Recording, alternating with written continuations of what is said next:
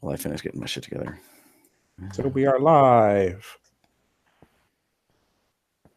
Right? Supposedly. Hey, Google. Hey, YouTube. There we go. Oh, wait. Let me get on here instead. Jump to... Shut up. I don't want YouTube Premium. Get the fuck off my phone. Now you sound like me. Damn. Yes, we are live. We is live, y'all. I thought Smashy turned into a thumbnail like an avatar. I was like, what the heck? Okay. I want to make sure that part was right. Okay, so I got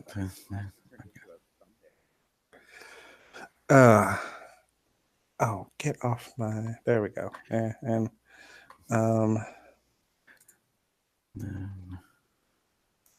ouch. I should turn that off. Okay. And then what the fuck? Oh, wait. Where is it? There it is. Okay. There. And there. And change you over to live chat.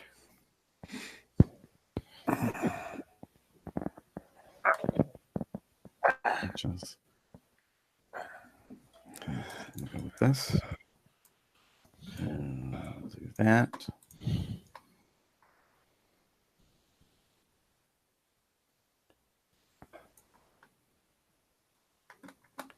And what the heck came after the runway?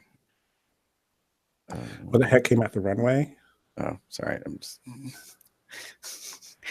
I was trying to think through like the order of things.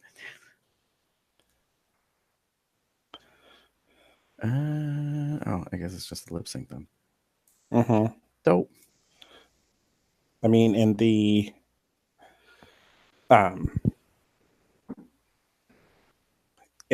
doc is untucked. I know. Okay, so I need to change where this stuff is going to play out of. How do I do that?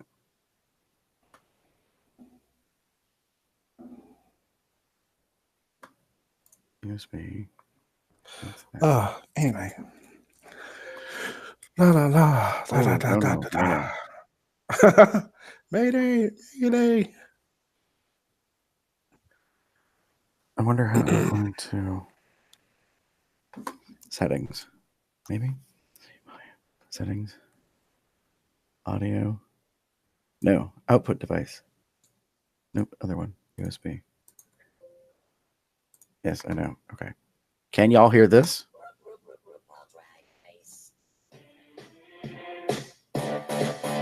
Yep. Yes.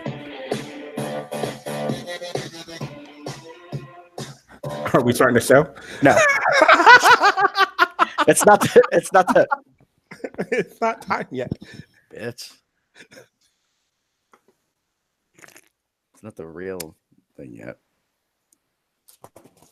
Same volume. Let's try that again.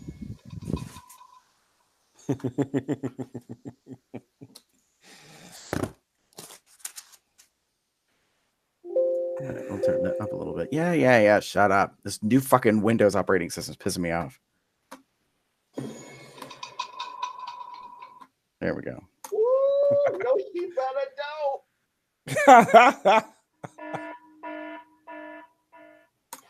Drop it to the ground. Off of the floor, drop to the floor. The 10 to get the score. I've been that bitch, yes, I love that. Trashy, feminine, up and down. From the Clintons to the Obamas, I keep it tight. Now they call me mother. Jaded cream bitch, I love that drama. Fishy, feminine, up and down. From the Clintons to the Obamas, I keep it tight. Now they call me mother. Okay. Are we ready? Yep. Yes. An hour late. My apologies. Let's get into it. RuPaul Drag Race.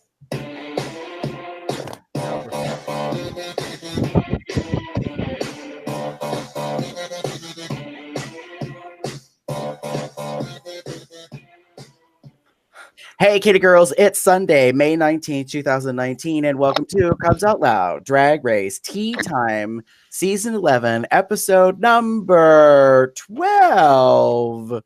Queens everywhere. Right. something like that. Everywhere. Right. Everywhere. So, for those of you that don't know who we are, this is Comes Out Loud Tea Time, where we talk about RuPaul's Drag Race, and we're going to talk about the latest episode in season 11, aka the meh episode. For those of you that don't know who I am, I'm Gary, and with me is my co-star hostess. Hello, everyone. It's Damon. Welcome to the show. And this week we are joined by extra special guest host, Smashing. Smashy. Yes. Do you have your tea kettle ready? I think you have your tea kettle ready. I think you Bitch, I'm skipping it and going for the coffee maker. Wow. He is brewing a carafe. Yeah. All right. So my apologies to everybody that we're tardy to the party. We're later than usual in getting set up, but I got my computer back, but I didn't have everything ready set in the software. So we're going sort of old school-ish this week. But we have an extra special guest judge, and so we're gonna kind of get ready to dive into things here in a moment once I figure out where the hell all my stuff went to. Why are all my things missing? Hang on. I'm like, wait, I had lots of stuff already set up, y'all. Like this thing, I am so irritated. I'm going to tell you right now, I love technology. It also messes up everything that I try to do. And irritates me. Well, I would like to offer my services with a sledgehammer and duct tape, and I'm sure we can fix it. That's smashy. That was super cheesy. I know. That was kind of the point. Yeah, no. Okay, I'm going to continue to play with the stuff in the background in a moment, but let's jump into talking about the Maxi Challenge Part 1. Hello. All right, our top 5 queens. For your final Maxi Challenge, you'll be adding your charisma, uniqueness, nerve, and talent to RuPaul's latest club track, Queens Everywhere. First, you'll need to write and record a sickening solo. Then, you'll be challenged with the most ambitious choreography of the season. All right, so you heard it straight from Michelle Visage, which came right out of RuPaul's taint. I mean, it's her best friend. Love you, mean it. All right. So the challenge is they have to write their own lyrics to a pre-existing song, because that's how RuPaul makes all the money, some of the money. Because we're going to release a song that's already been released on an album, but it has new lyrics, and apparently that makes us want to spend 99 cents more, or $1.19, whatever the song costs. Obviously, I didn't buy it. But we'll get to that in a little bit. And then they got to do some other things as well. So, Smashy, as our guest, what were your thoughts on the first part of the Maxi Challenge where they had to write lyrics? Well, I mean, we've seen this Maxi Challenge before a number of times, but I would like to highlight something very, very specific, and that is Brooklyn is a white Canadian girl from fucking Toronto. She does not write comedy rap lyrics because she has no fucking idea how. I think she was not very well suited to this particular part of the challenge because, and here's the thing, she was really, really excited about what she was doing, but she also was doing her best to take it as seriously as possible and not play shit up like the rest of them. So that's why hers came off as kind of stiff, but that is kind of how we do it in Toronto because have you heard Toronto rappers? I mean, at least Toronto white rappers. The best we've got is Snow. That was really bad. Okay, so But Brooklyn's so pretty, you know. Brooklyn is so pretty. Brooklyn actually reminds me of a young Scott Thompson. At least even when during his confessionals. And it's so happy to be there. It's like Brooklyn is my favorite, not just because she's Canadian and we would like to bring that crown up here. Like if Brooklyn wins, I'll be overjoyed. If Evie wins, I'll be overjoyed. But Brooklyn is my favorite because of how well she's been turning it. But this was definitely not her challenge because she is a white girl from Toronto. This is not her thing. This would not be in her like pocket. Like this is something that she had to probably work harder than everyone else. God bless it. It's okay, y'all. It's the weather is weird and technology is crazy. It's fine. There we go. Yeah, that's the thing. So, yeah, Damon, what were your thoughts on? So I wrote down predictable outcome, and I kind of want to talk about that in a little bit, mostly because we got the whole storyline. Like you talked about Brooklyn, we saw her in the workroom, and Akira is kind of commenting in confessional about how whatever she's doing, she must be either really great or really crazy, or whatever she said. And it's just, and then you had you got this whole like not redemption, but like Silky really needs to bring it because she feels like she needs to because of after everything that happened. You had this outcome and story of like, this is what's going to happen. You had the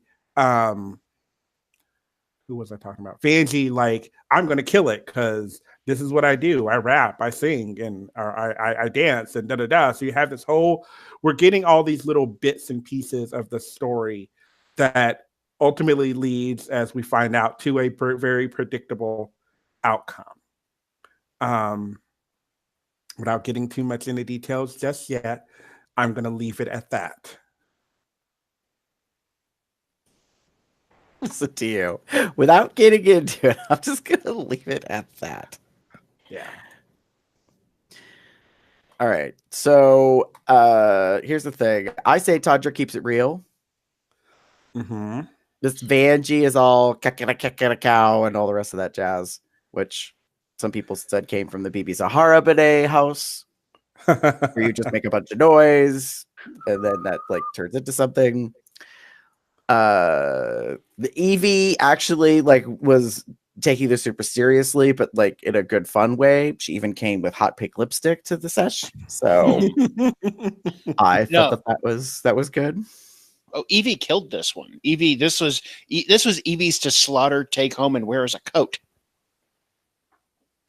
That's fair. Yeah, I can't disagree with that. Up with that lipstick, y'all. Come on. So Akira, she turned into a church mouse. I don't understand what happened there. She was all yeah. That was the thing. I was also like the predictable part of it. Like we get this whole like, especially like in the choreography rehearsal where she's not getting it and she's in her head and she's not thinking about it, and we get this whole like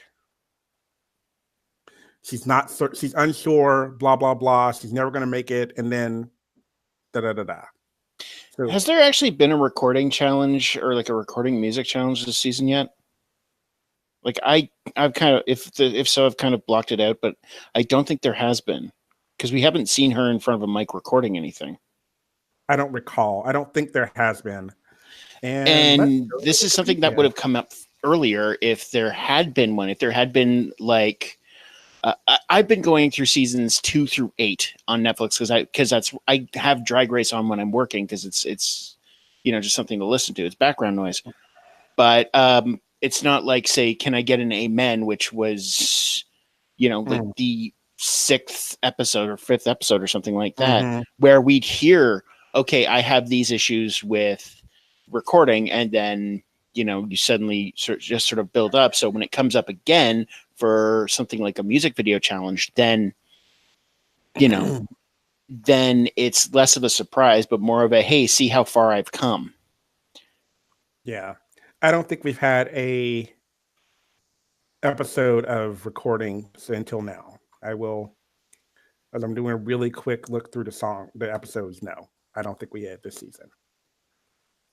Yeah. And that's the thing. If you're in front of a microphone, like being in front of a microphone is way different than being in front of an audience. Like if I'm in front of an audience singing, I have no problem. I can belt out shit for the back row and the check cashing place down the street.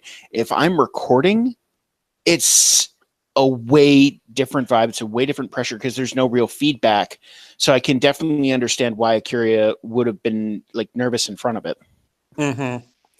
Yeah, she seemed very like again, I think the bird I'm looking for is uncertain. Like we got this whole like she's writing stuff down and she's like, she wrote all this shit and then she's like, oh, well, I need to edit. And then she gets in there and it's like, where'd Akira go? Like, where'd she go? Yeah, she went into her head. Yeah, definitely that. All right. You ready to move on to part 2 of the Maxi Challenge? Sure thing. All right. Mm-hmm. You'll also be our extra special guest on the award-winning podcast, RuPaul's What's the Tea with Michelle Visage. Imagine that. So as we've discussed before, they replaced the Tic Tac lunch with the podcast. I was very happy to see that the little silver like sugar stout container was there with the orange Tic Tacs in it. So yeah, at least that carries on somehow in some fashion. All right, so it's a podcast interview where this time, notably, I couldn't spot a lapel mic and there was real cable like cordage coming out of microphones. So I always wonder since you kind of clocked that, Gary, every time they've done this, I kind of like, I wonder if they're going to actually record. And then and what I want to do is like, do they actually air an episode? Because I don't follow the podcast, but it'd be kind of cool if like after the episode airs, they then like pop the episode that this was all made from or made for. Never do. I know they don't. I know it ain't never been on the show. It's just pure. It would have been really nice if this had actually been a thing, but this is more like, again, like the lunch. It's just we're podcasting, recording it, for the sake of the show. Yeah. So, Smashy, what did you think? Well, going back to the Tic Tac lunches and to the reference, I actually missed the Tic Tac lunches. I think that they were they seemed a lot more intimate than the podcast recordings, and a lot less about Ru branding or Ru trying to bring out something else that he's already branding. Because it was more about the queens and not, hey, I have a podcast too, you should watch.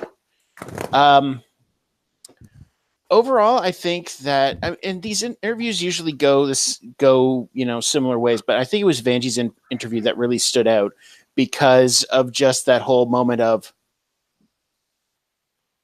okay, it's the awkward moment that actually made it interesting. Everything else was the same sort of bright, happy interview that, we're kind of used to hearing. Mm-hmm. Yeah. Yeah. I mean, I totally get that. Like, it was very much I like that they caught her off guard a little bit. Mm-hmm. So, yeah, I did screen caps of them doing their Facetune too. So why don't you go through those? Each of the queens. All right. So, Miss Akira throwing up a peace symbol. I was like, okay. Like the choices that they made for their like selfies. Yeah, I found interesting. This actually was one of my favorites because it was obviously the first one. They were out of order, but the Brooklyn's was the first one to be done because Ru had to teach Michelle how to use a selfie stick, which I find hysterical because fucking Michelle is the queen of Instagram, and yet she didn't understand how to try to get the phone in the right light position for Mama Ru, apparently. Notice Ru looks stunning. Michelle's a little kind of shiny, and Brooklyn, fuck her. We don't care about her, quote unquote, per RuPaul in this moment. She's got all kinds of shiny and looking very white. Oh yeah, no, she's got a lot of she's got a lot of dappled light on her right there because of like the little pin lights that they've got just to make things look pretty. But once again, do you see where I mean? Like a young Scott Thompson. Yes. Very much so. Yeah, so it kind of cracked me up. It was my personal favorites. Silky Nutmeg Ganache. Please note the eyebrow, the looks that Michelle gives to these things. I'm like, oh, I think there's some subliminal thought processes going on, like in some of this stuff. Get like, this bitch out. Vanjie, of course, servant face. So everybody kind of takes it as a moment in that case. Evie. I think Michelle liked this one the most. That's why she kind of looks like a sex doll with her mouth wide open. But it's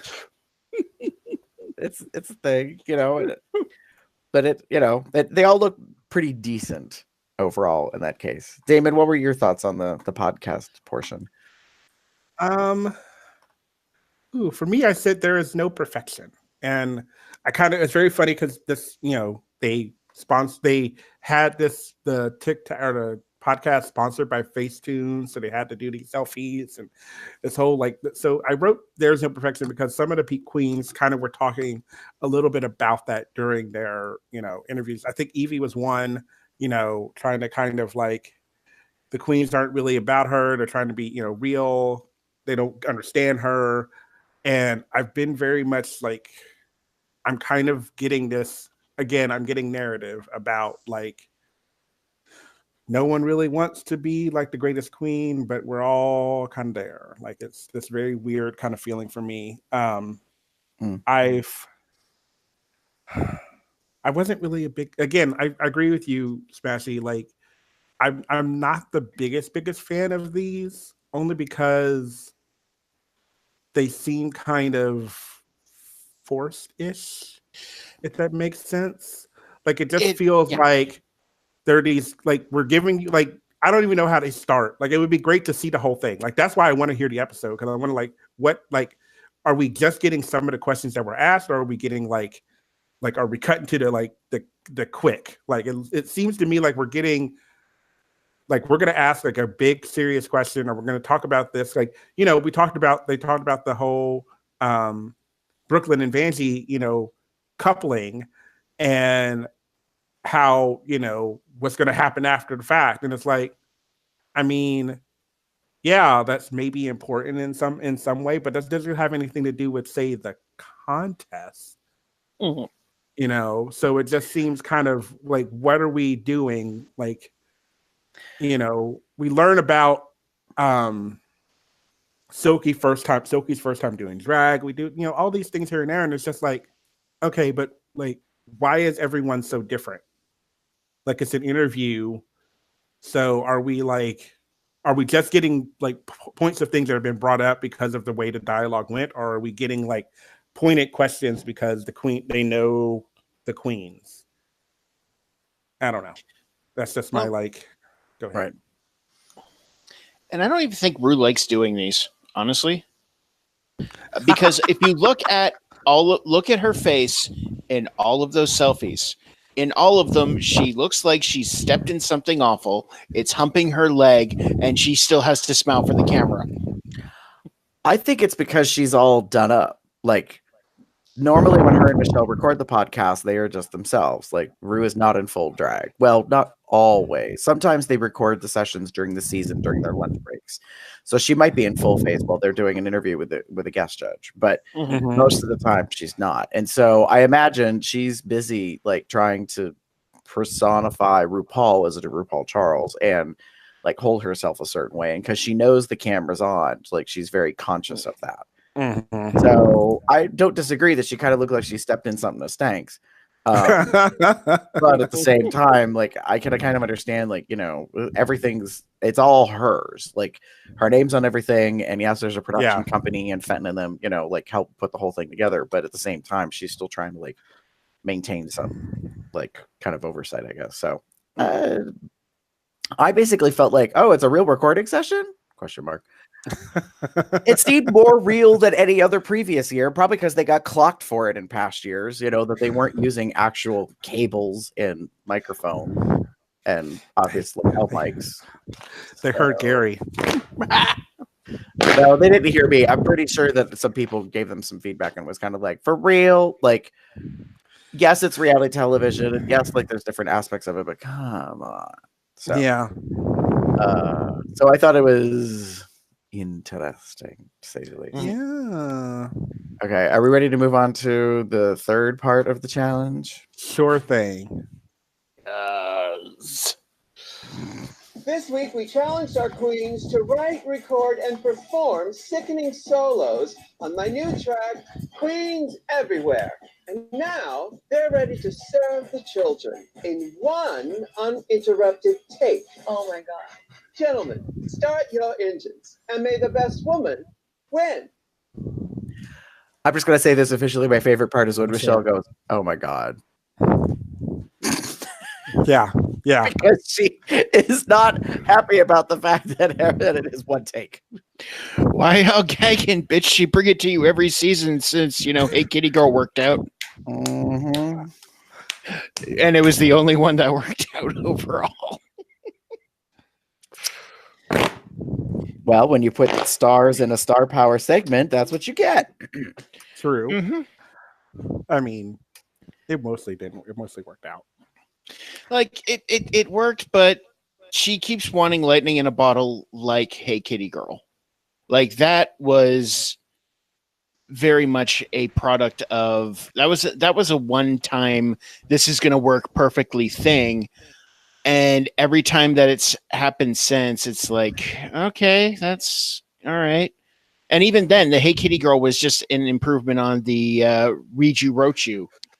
And like she keeps trying to bring this music video challenge to that level again and again, and it needs to change up because I'm fucking bored.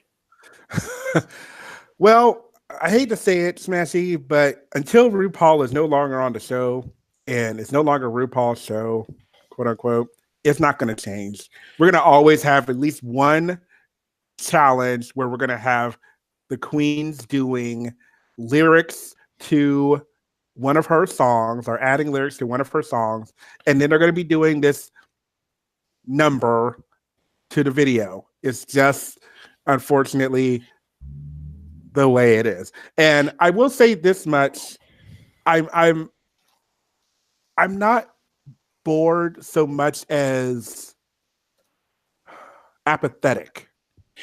That's an even better word. That's an even better word for it. I don't listen to the song. It was just recorded.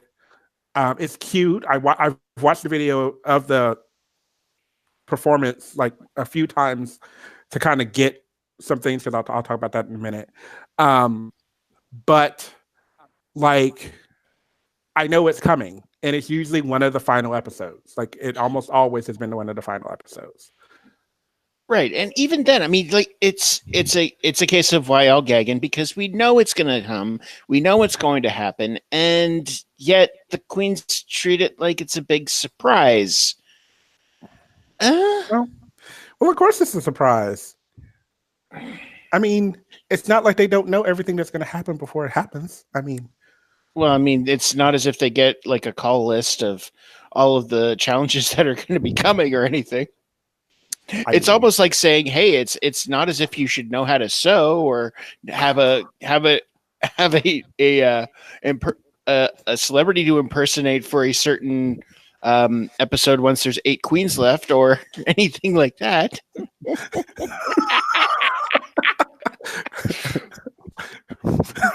Sorry. Exactly. You are getting very shady. So, for me, I'm not a choreographer, but so one of the critiques for a couple of the queens was that they weren't going full throttle, or they weren't like Brooklyn got the she's not edgy enough in the they got all this flash, but none of the substance or whatever. And then with Vanjie, we got this whole like, I thought she would do better. Like, yeah. And I was just like, so that's one of the reasons why I watched it several times, because I wanted to kind of get what the judges were saying. So I've watched specifically the video, the one take, couple of times, like a few times, to kind of get where they're getting this from. And I don't get it. I don't get what they were missing. I don't understand. Like, I'm trying to like in my mind like get where this kind of critique was coming from about like Brooklyn not being edgy. She got the moves down because she's a dancer, but there was no edge to it. And I'm just like, she's a white girl from Toronto. Of course, there's no fucking edge. The fact is, she hit the moves. She did what she was supposed to do. That's not the thing for me. I just don't like. Were you expecting like edge from? Like, I mean, that's my thing. Like, were you expecting edge? Like, if you're expecting edge, well, I didn't see it in really any of the queens, honestly, because the choreography didn't. I mean, Evie maybe got like, edgy in some way, but I didn't get that. I didn't get this. Like, what was this edginess that they needed, and why was Brooke the one that was lacking it? Because, I'm just gonna turn it down for a second. And we're gonna. This is our first moment of Silky Smashdown. So if you'll pull up her picture, Mr. Gary, just for a moment. You mean this one? Yeah, that one. Like the best I could get because it was all just a big old blur. Because it was a big old mess. So I will say that the boy behind her is pretty cute. Wait, which one? Yeah. There's like 3 or 4 of them. The one with like the burgundy shirt that's barely covering his junk. Oh, the one with the beard? Yeah. Yeah. He pretty. We'll come back to that. Go ahead, David. So we get to her thing. She comes out of the stall. She knocks the people over, which I'm assuming maybe was in the choreography, but maybe not to the extent that she had it done it. And then she does this thing, and then she falls on the ground. I forget what happened, but like she falls on the ground. Drop it to the ground. Yeah, and we see like so she's got this red and nude illusion type, outfit on, and then she falls to the ground, and she's got the nude illusion underneath, and then again we see the black like undergarment. Again, I didn't get a straight cap of it because we've already seen it, and I'm not showing it again. I'm tired of it. We've seen it over and over again. I know she's a big girl. We've kind of made this very clear. Shut up, Jim.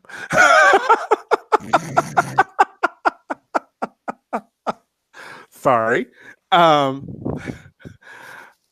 We know she's a big girl. What is he yelling about? He goes, what? Anyway, so I get it. You need things to tuck you in and put you in the right plot spaces to get that figure right. I know this as someone who has done drag and is a bigger person. In order to get things right, you have to do certain things. So, however, to compensate for that, you tend to do things so that things don't show. For example, I would have never done something where I'm on the ground where you can see my hoo-ha under my dress. Like, just straight up, no. I would never, as a big girl, wear a like high cut outfit. You make like you can do like a short on a leotard. That's fine. You can add certain things to make it look better than this. So we're going to talk about that because that was just awful. Her choreography, I'm assuming, was built for her, which whatever. And I don't know if she got it right. I don't care if she got it right. Apparently the judges don't care if she got it right, because apparently it was amazing. Like, but Brooklyn, who to me slayed her choreography and looked fucking sickening, didn't have the edge.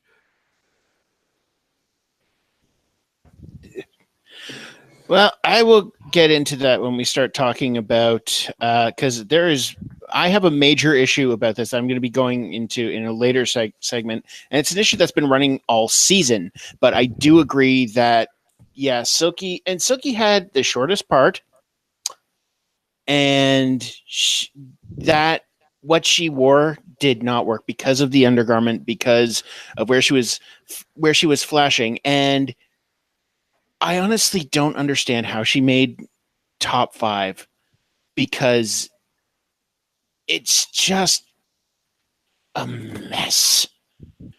And I'm going to go back into her as a mess later on too, because I have reasons.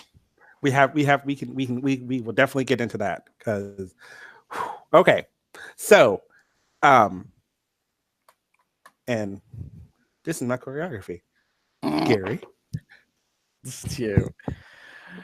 Okay, so it's called Queens Everywhere, and the first thing we get is topless guys. I'm like, really? Okay, so that's the thing. But like, here's let me get to the shot that I'm actually looking for. This was the moment I was proud of this dance number. You know why? Because there's real boobies. Because there are women actually in the dance squad. It is not just all male backup dancers. It's not just the pit crew. Don't get me wrong. Mm-hmm. I don't mind that. But thank you, Todrick, for like bringing in local performers to come in and be the backup dancers for everybody. So like there was at least some gender and like, you know, color diversity in the casting of the choreo. Miss Akiria, I don't know what to say. This outfit is not right for this song. She tried. She did way better than we were led to believe in the edit. Big surprise that they, you know, tried to, you know, screw us over in a way and say like, oh, she's not gonna be ready. She's gonna be like all bad and shit.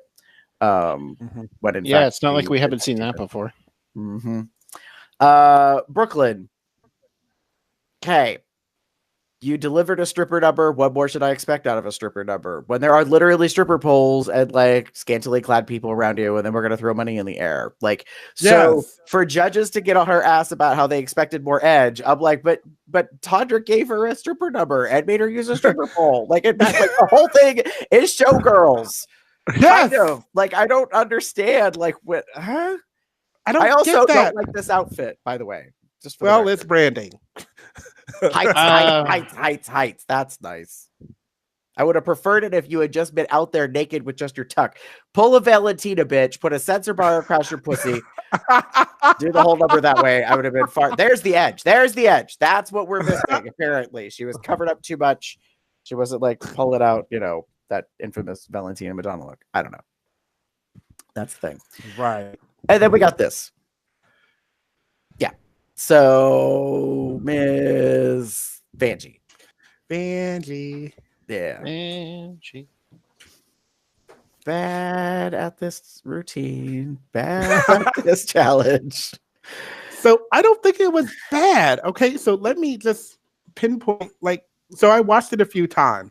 The energy is low. I will give it that much. So, it's not like, so when you get, like, honestly, you had Silky before her. And Silky was pretty much like, while messy and sloppy, she was going full throttle from the like get-go. And then you go into hers in the Vanjie's, and it just kind of dips, like energy-wise. She hit the note. She hit not hit the notes, but she hit the beats, and she hit the I think she got the choreography down. But it was just very lackluster. Right. It was underperforming. Yeah.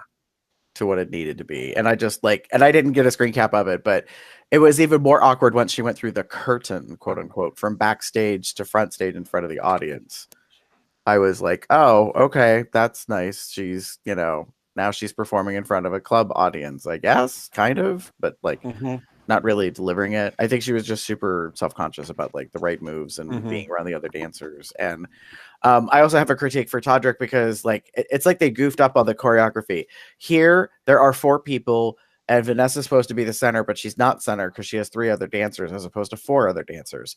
And I don't have the screenshot, but then you go to her on the stage, and there's 5 of them, and she doesn't look centered right because of the body positions. It's like I just don't understand what happened. Like it was like just. But that also goes back to my whole comment on this, which is one take is right. Like, obviously, not really got any rehearsals or many rehearsals. Like, they might have had a dress, but I don't think they got much after that. And that kind of sucks. The only one that I really felt kind of knocked it out was, surprise, Miss Evie Oddly. Oh, absolutely. She slayed this, took it home, and wore it as a coat. That's what you, I said it before, I'll say it again. Like, it's fucking true. It was good. And not only that, okay, so with the other girls, you got like nice choreographed number kind of thing. With Evie, you got something that was for her. Like it was just, this was Evie. Like I could tell, like, I don't think anyone, and I think even Todrick mentions, like, because of her, the way her verse went, he choreographed something specifically for her. So kudos to her on that, making something that worked. It was good. Like I fucking loved it. I like claps and snaps and all that shit to Evie's performance there because it was just so freaking amazing. Yeah. So the group overall, this is the only shot I could get of the entire group because for some reason the camera kept zooming in on like this performer and then that performer and this other performer. And I was kind of like, really? Can we not see how they're all performing together? I guess not. But I mean, it's okay. I don't know what to say about it. Like, it wasn't that exciting. I wish I could see a close up of Akira's shoes because I was clocking Silky earlier for her baby girl like shoes. Oh, you mean these little things? They're all pixelated now, but to be fair, I think they're all wearing little like biscuits. Nope. Like, Evie, I'm like, no. Evie got stilettos on. I can see that right there. Yeah. I don't know if Brooklyn's wearing the stiletto with I'll have to look at the video again. Yeah. If that's a stiletto heel or if that's like a chunk heel. Yeah, notably. And same with Vanjie. It might be a lower heel, but I think I've seen those. To be fair, Akira is wearing a dance shoe. Like, okay. It's a silver strap dance shoe. There's nothing special about that.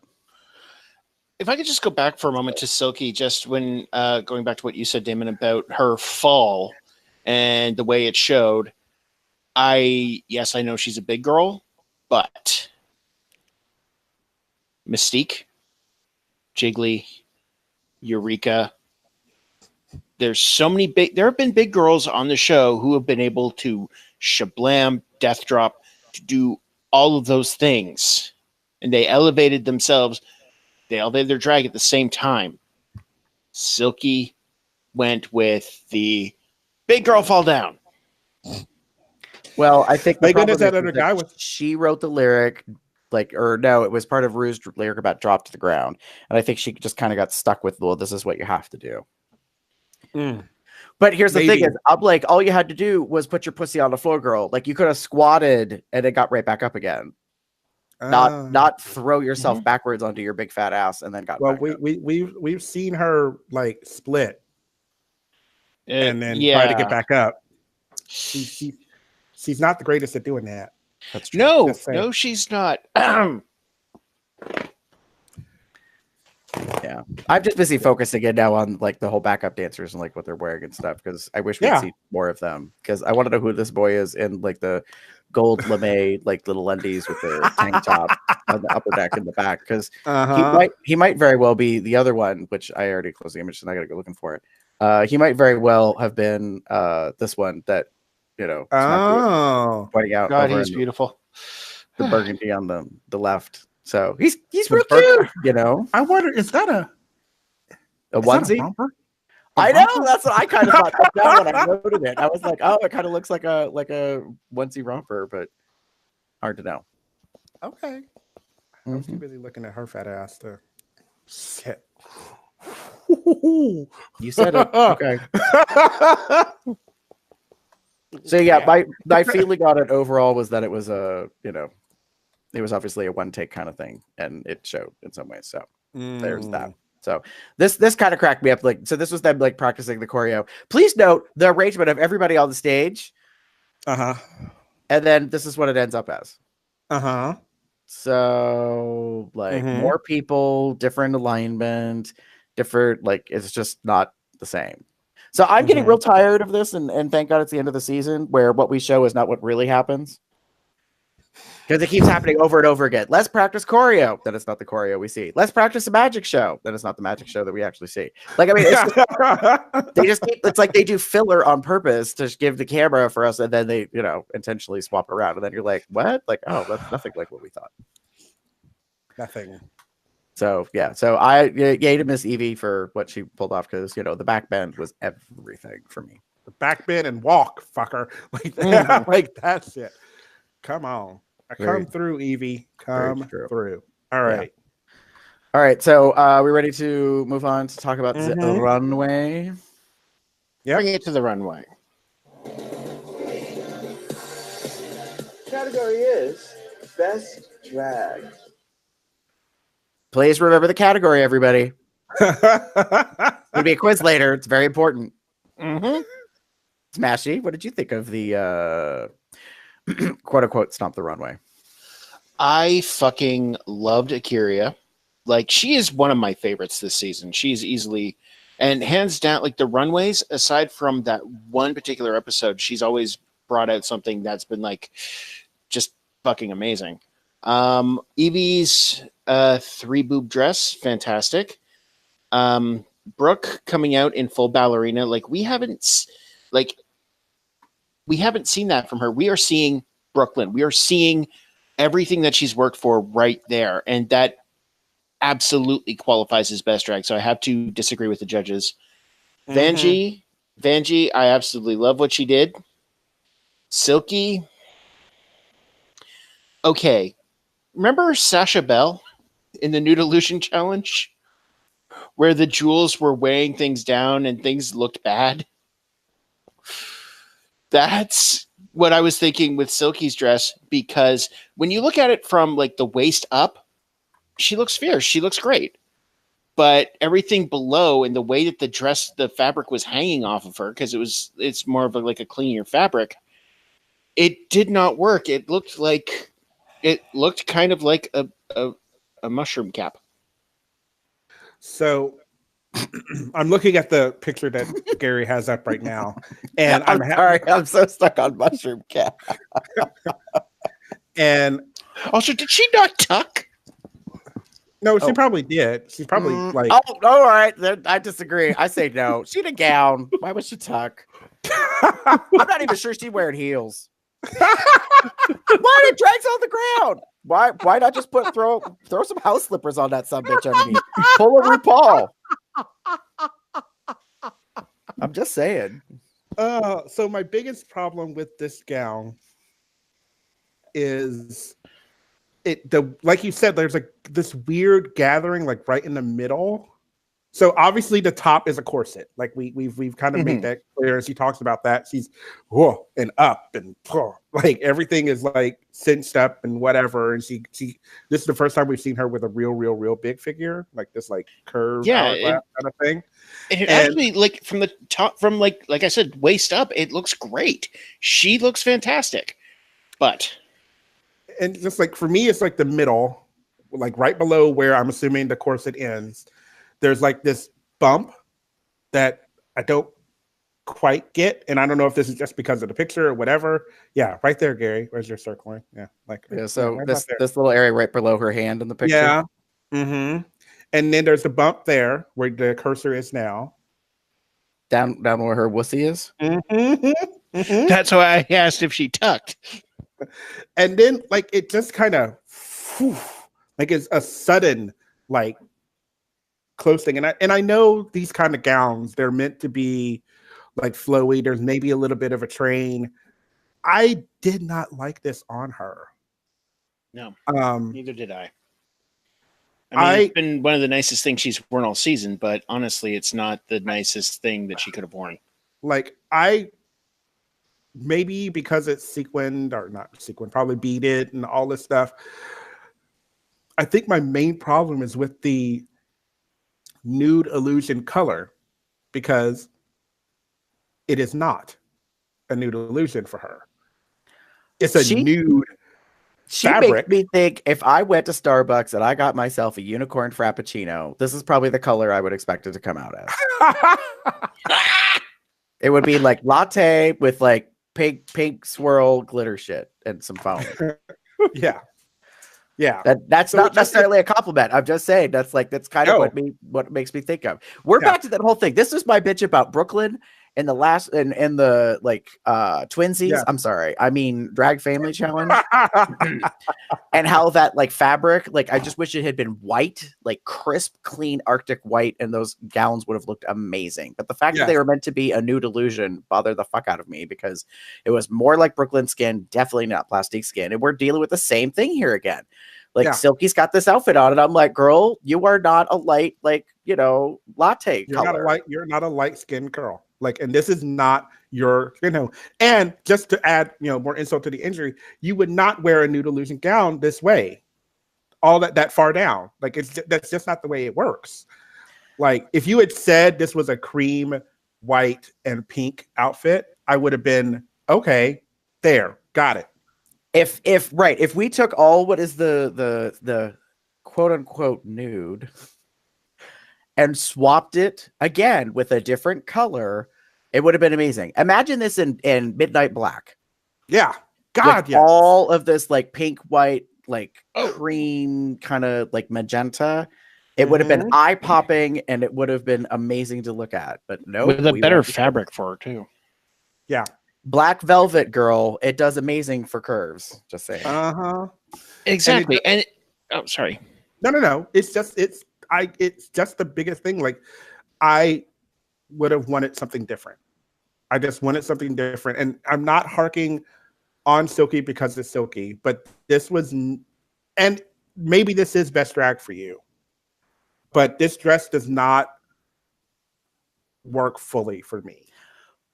Well, especially in comparison to, say, the other queens in the competition. That's why, not to jump ahead, but that's why mine says, what was the category? Best drag. The thing is, this is the sort of level of drag we should have seen from her way back at the beginning of the season. Like, this is elevated for her, but this should have been where she started. Like, she should have gone home for the she should have gone home from the first challenge if Soju wasn't so absolutely terrible, because of that whole like not even wrapping around fake skirt that she had based on peppermint. It just did not work. Like, this is what we should have seen from her already. And that's what bothers me about her. Well, one of the many things. So, Damon, for me, what else were your thoughts? I said 3 kitties because I love Evie. I love this dress. Is it like high up there fashion? No, but it was Evie. It was quirky. It was cute. It was glamorous. I love the back with the kind of draped fabric in the back, and then she had like a chain and or a rhinestone like necklace either connected to it or maybe it's part of the dress. I don't care. It was gorgeous. The gloves, the whole 3 fingers, the whole 3 eyes, the 3 boobs, the 3 ass. I just loved it. I knew it was Evie. I mean, granted, yes, she was already on it, but that to me said Evie. Like, this is beautiful but odd. I had something to look at every time she came on stage, every time she turned. I'm loving like the little appliques on the dress that I think are I'm not quite sure yet as I'm looking at this picture, but I'm wondering if they're eyes or spirals. Anyway, whatever No, it they're is. like they're like kind of impressions into the velvet with beaded jewelry. I found that very interesting. Like there's diamonds, there's swirls, there's like it's very celestial, spacey kind of different. And I love it. Like I absolutely love it. I'll talk about someone else later, but like of the queens, like this one was the best one for me. I loved the other girls as well. So silky-ish, but you know. So here's my thing about Evie's look. There were two things that stood out to me about this. One, the eye on her forehead had real lashes. I don't know if any of y'all clocked that, but she actually applied like fake 301s or whatever onto the eye on purpose to make the eye 3-dimensional. So not only was it well painted, which I'm not sure if she actually like painted that or if it was like an applique of some sort. You know what I mean? That she just like glued it on after she had done her makeup and stuff, which I thought would have been the better, smarter move if that was the route that she went. If she hand did it, it was amazing. But then she actually added like real eyelashes to make it even appear like more realistic, which I thought was good. The second thing about this outfit that blew me away, because I did not clock it for at least 5 to 10 seconds. Did you know that the whole top is a nude illusion? Yep. I did not realize that when she walked down the runway. I thought she contoured 3 titties. Like I thought that like the dress had 3 boobs built into it, but she actually contoured her chest and that it was just diamond straps. And it wasn't until she reaches the end and then she kind of turned slightly and I was like, oh, smart girl. I didn't get it at first. I will admit that. Like I didn't see it like right at the beginning when she came on stage, but then when she started moving, I was noticing, just like as you see in this picture, the smallest of gaps between her shoulder blade, her shoulder and the I guess not the strap, but the sleeve of the dress. Yeah, there's some slight discoloration there that I picked up on. But it's still so fucking fun. Like I love it. Like and then like Philip said in the live chat, she was leaving the stage. She grabbed the middle of her butt to act like she has 3 cheeks too, which I caught that there were 3 like little applique, like kind of diamond beaded like emblems, one for each cheek or whatever. And that the middle one was notably probably where her butthole is. Well, I mean, Evie is to science fiction as Sharon is to horror. So honestly, I mean, if Evie wins, I'll be very happy. If Brooklyn wins, I'll be very happy. If Akira wins, I'll be very happy. If Silky wins, there's no justice in the universe and the whole thing needs to be destroyed now. No, it sounds a lot like Burn It With Fire. Yep. David and I were on the same page. So for me, I had said, what was the category? And this was part of the reason why. I was like, okay. This is your best drag? Like best. I think it's the most representative of her. Yeah. Especially after doing like the stripper number. This is everything that brought her to Drag Race. This is what we're seeing right here is Brooklyn. And so she's going to qualify that as her best drag. I ain't going to fucking argue. Plus she looks amazing. But I will say this, if this is your best drag and you wore this to the finale, would you be disappointed? Like that's where my mindset is coming from, is like, it's your best drag. So I should not question it. I should not. And I'm like, if there's ever a time that I thought the judges were going to talk about costuming, this might have been it. But for some reason, they have this reverence for the fact that she's a classically trained ballerina. So we're not going to call it that. Okay. Okay. I think I'll come back to like my critique of Brooklyn's like final look and later on in the show. But I do also want to recognize like Vanjie. I was actually very happy with this, but then the more I thought about it, I was like, yeah, this isn't your best drag either. Like, this is very pretty. You look good in an emerald tone. But like there was something off about it, and then we find out what it is later. Yeah, I think we're going to find out. We're going to see more once Vanjie's on All Stars, because she's going to be on All Stars. Yeah, but without a doubt, probably.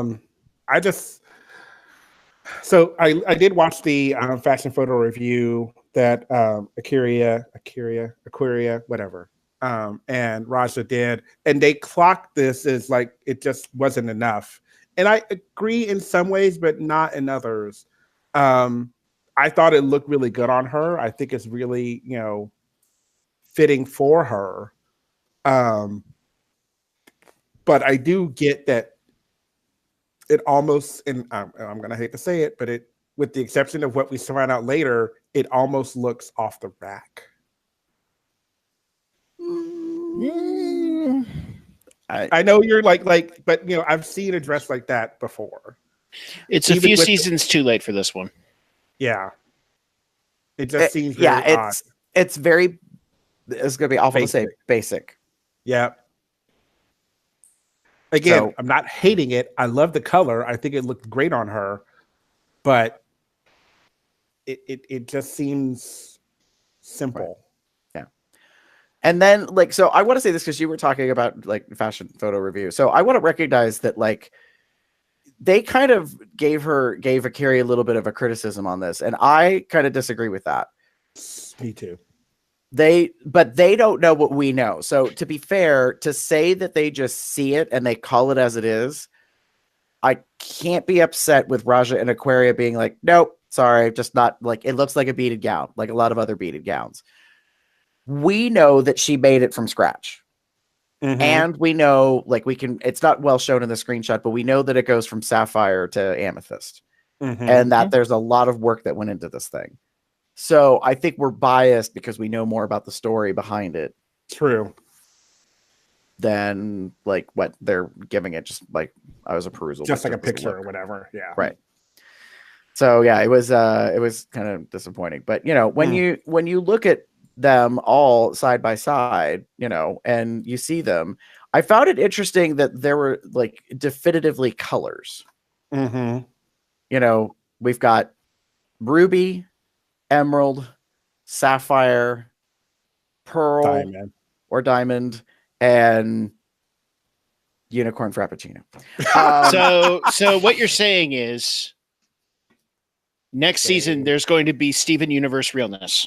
I would love that.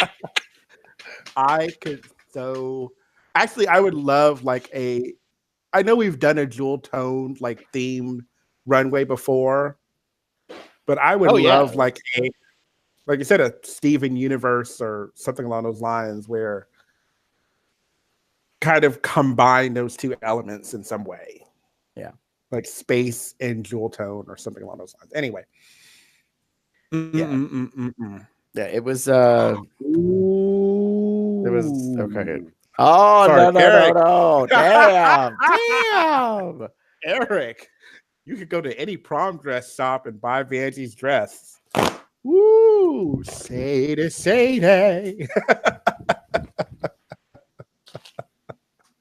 Oh man, that was. I got nothing. I got nothing for that shade comment. It's just, oh wait, other than maybe this. Yeah. That's girl. That was something. Good one. That's See, yeah. Anyway, are we ready? Do we have to? Yeah, we do. Yeah. It sounds like so. I'm do we have to? Because I'm not really feeling this whole thing. What? It is what it is, We got to get through it. Yeah, I guess it's something. Hang on, let me do this thing. Yeah. Go back to that and do that, and then let's go play this thing. This is not RuPaul's best friend. Well, I feel very attacked. You're perfect. You're beautiful. I didn't know. You just want someone to fight with. I've had it officially. This is Untucked, backstage of the competition to become America's next drag superstar. Girl, if you're not watching Untucked, you're only getting half the story. Yeah. Okay. So what was the half of the story? Oh no, the half of the story this week, and now this is where I get pissed off. Uh-oh. Hold on. And go. Okay. This week's Untucked was, let's call it, Silky trying to get redemption for all of her shitty behavior this season. And as far as I'm concerned, that forgiveness is entirely unearned. Because why? The beginning of the episode, not of Untucked, but the episode itself, where when she's cleaning off the mirror and she's cleaning off Nina's message, Nina, who never came for anybody, Nina, who is as close to lawful good as you are going to find in a drag race performer, and she's just being a snotty, snarky bitch the whole time. And I'm like, girl, no, you earned a meh. You're still here, and somebody who has actually done way more and way better than your friggin' track record. You don't get to be that kind of bitch. And more talented. Yeah, very. But it's just it was just so unnecessary and so awful. And Evie saying, you're now way more human. And it's just, I'm sorry, but after a full season of this queen is a terrible person who really shouldn't be here, it is very hard for me to accept that sort of face turn that the producers want. And that is the problem with the production of this season, is that the producers are trying to push these narratives like it's wrestling. We're being pushed Brangie. We're being pushed Silky versus Evie. The only queen who has made it to the top 5 who hasn't had a major story arc is Akira. Akira is just there to kick ass, and that's one of the reasons I absolutely love her. She's one of my of all the Davenports that have walked into that workroom, she's one of my favorites. But that is it. It is just the case of the whole invisible hand of production is really fucking visible, and I don't know what Silky's like in person, because I know we're only seeing a snippet of all the time that the cameras were on them, but that snippet said a lot to me about this person. And at least the character presentation of Silky, the TV presentation of Silky, I can't respect. And I really honestly hope that she's a decent person. I really honestly hope that she's not the absolute mess that the producers or the editors have made her out to be. I honestly hope that, and because I like seeing the best in everyone, but I can't let go of that sneering bullshit when she was wiping off Nina's message. But she also already said on the main stage to Rue, but I'm not this kind of a mess. I'm not a mess. Like I just showed you I was. Yeah, and not only that, I mean, like I said, she's gotten away with stuff that other queens have not gotten away with at all, like going back Jaden Dior Fierce. Mystique. I will take Mystique over Silky, even with that country look. Okay, I'm not going to go. I will go there in a second. I'm going to go to my kind of thing first, because I really did like this part of it, but it'll play into what comes next. So, I love the coming out stories. We got some stories between because while Brooklyn and Vanjie are in the back, spoiler alert, preparing to lip sync for their life. You have Evie and Akira and Silky on the couches, kind of talking about their stories. I did love that moment. Having said that, I thought it was very nice to kind of, because you don't always get those. This was the first time, we're not saying we've gotten a realistic kind of point of view from them coming out and all that stuff. And I was really glad to hear that. ... Having said that, where was this Silky 12 or 11 or so episodes ago? Where was this Silky when you know, we were worried about her getting into the bottom two, like her falling into the bottom two, and she's yelling about how I can lip sync for my motherfucking life because she can't. It just, I was, not that I needed the human element out of her. I just felt like this is something that should have been brought up like episodes ago. This is something that should have been made more clear. It would have gave us something to make her relatable and even maybe likable.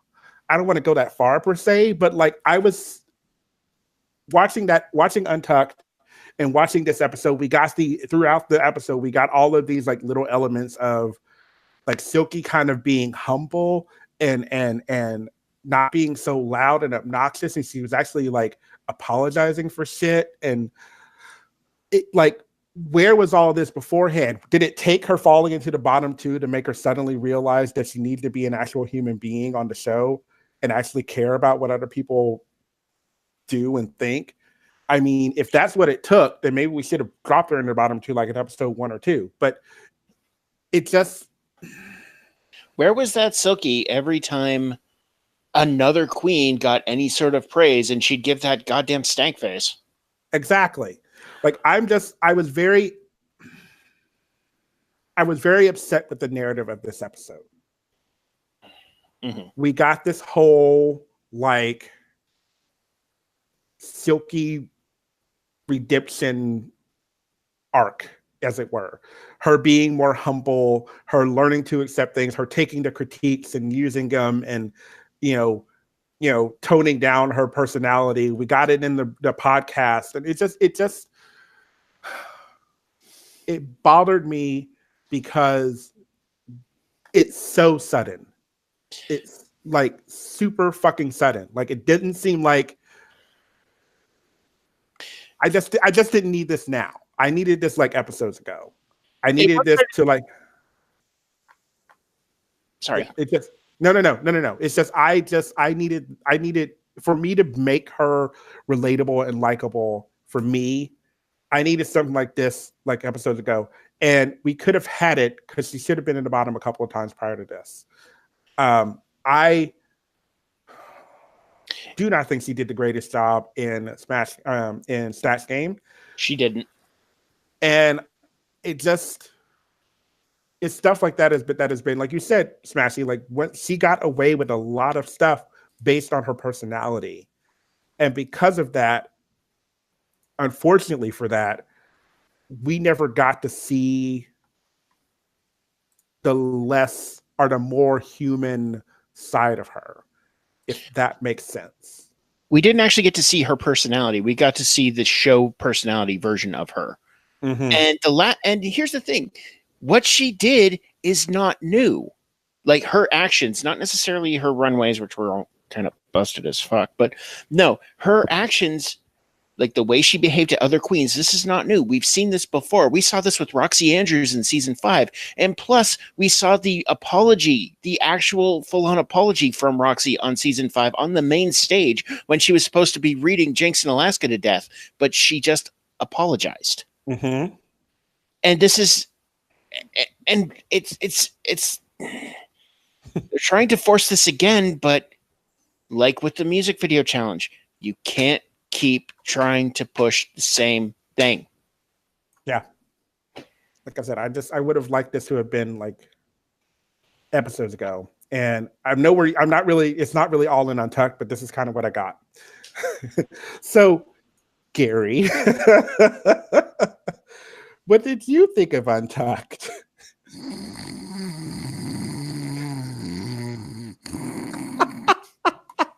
What? Sorry. I fell asleep.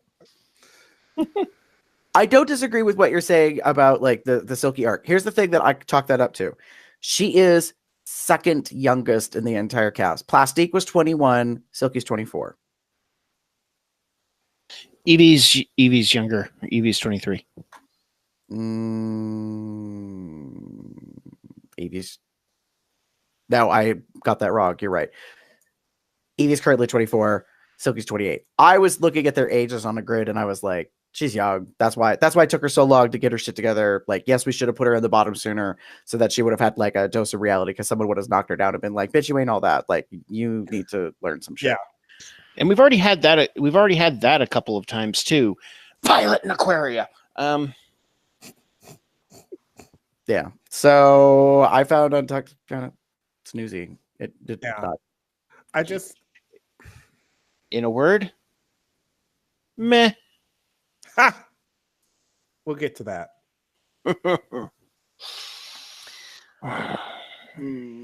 Yeah. Are we ready? I'm ready. I guess so. I mean, it's a thing. All right. What are we doing next? I forgot. Sorry. Yes. The time has come. Yes. This For us thing, to bitch about a lip sync for life. 2 queens stand before me. I've consulted with the judges, but the final decision is mine to make. Ladies, this is your last chance to impress me and save yourself from elimination. The time has come to lip sync for your life. Good luck, and don't fuck it up. Slightly dramatic.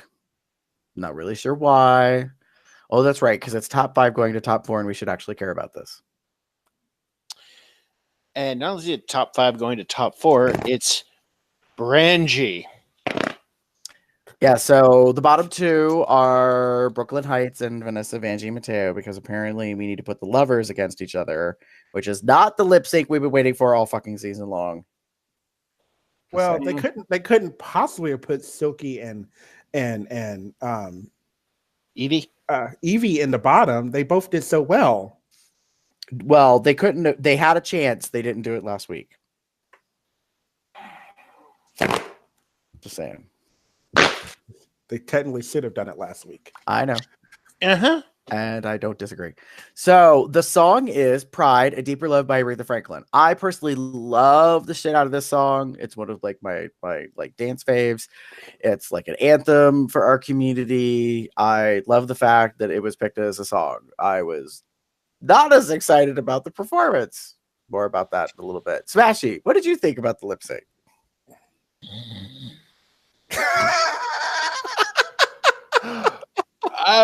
Honestly, I mean, my issue is with the lip sync is not what happened. It was, once again, hey, producers, we can see your invisible hand and it's coming right for us. It's like Master Hand and Crazy Hand from Smash Brothers coming down to go like, okay, we're going to make these two fuckers dance. It was, honestly, I mean, the lip sync was not jaw-dropping. It was not like the high key all the emotional stakes things that the producers kept hoping for, because Brooke and Vanjie have never been that kind of couple.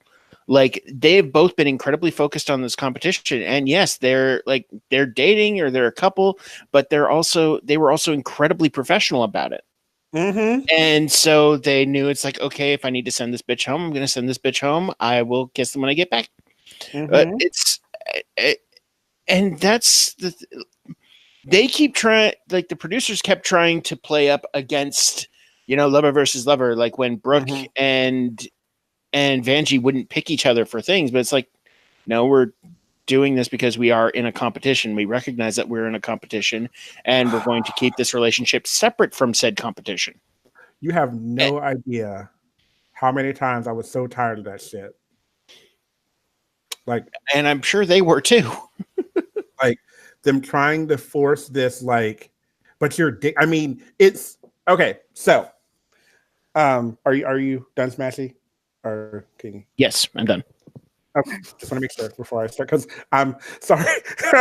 So I put like love the good lip sync, but and this, you kind of hit the nail on the head for me of why I wasn't a big fan of this. We've been forced, like we said, we've been forced this whole narrative about like they're a couple, and I get it. This is the first time I think in Drag Race history where a couple has kind of been as like open about whatever they're doing. Like, this is the kind of first like Kai that we've seen on the show, really. But what we have learned throughout the entire show is that both Vanjie and Brooklyn have said that the competition is more important than whatever they are doing right now. They've said, yes, we'll see what happens after the show, whether this was a situational relationship or whatever, which can happen. We've seen it on a lot of reality TV shows. They're still together. I'm sure they are. I don't care. But it's just like one of these things to me where like I was so sick of this whole like they're gonna tear each other apart. It's gonna tear them apart because they're in a relationship together and therefore they cannot possibly lip sync against each other. We know that they knew better.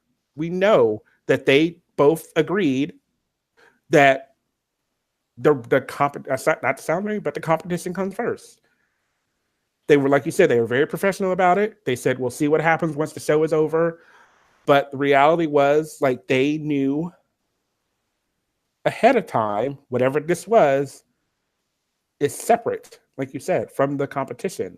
So this whole like forced down our throats narrative with this lip sync just seemed kind of lackluster. It seemed kind of lame to me because we got this whole like they're gonna have to tear each other apart and it's gonna tear them apart. And I'm like, no, we've already known that wasn't going to be the case at all. Yeah, I mean, I would like to just point out my boyfriend in the next room, when he and I play Smash Brothers, which we haven't in a long time, there was a higher likely of that tearing us apart than Brooke and Vanjie lip syncing. And I don't mean tear us apart like relationship wise, I mean physically. Yeah. And I mean, it was good. Like I said, a good lip sync, but I think I liked it more because of the song. Yeah. Than the actual performance. Like, and I mean, they did stuff and they did pretty good with it. And I think it was a good job, but it was just kind of, there we go. Speaking of which, Gary. Meh. That's how I feel about it. I'm sorry. Like, it was okay. You know, it was meant to be dramatic and there was a little bit of drama. Not really. But, you know, it just... The biggest thing that happened was that Vanjie took her damn dress off. Mm-hmm. That's honestly the biggest thing that happened. Was that the reason why we thought there was something odd about her outfit was, oh, come to find out the whole skirt was actually separate. Mm-hmm. Like that the bodice section, it was not connected and like blah blah blah blah. So yeah. Excuse me. I need to make my Pikachu shock face. Yeah. So I mean, it was okay. I wasn't super like there was an I don't know. This is the problem with studs. Studs now are like the expectation. So when you don't get studs, you're kind of like, okay. And nothing against Brooklyn, but she did not stay on point for the entire fucking dance. No, she didn't. And I don't expect her to, but that would have elevated it a little more if you never went down on like the rest of your foot. I'm just saying. Literally. Yeah. So I don't know. It was a thing. So here's the end result of the lip sync. I've made my decision.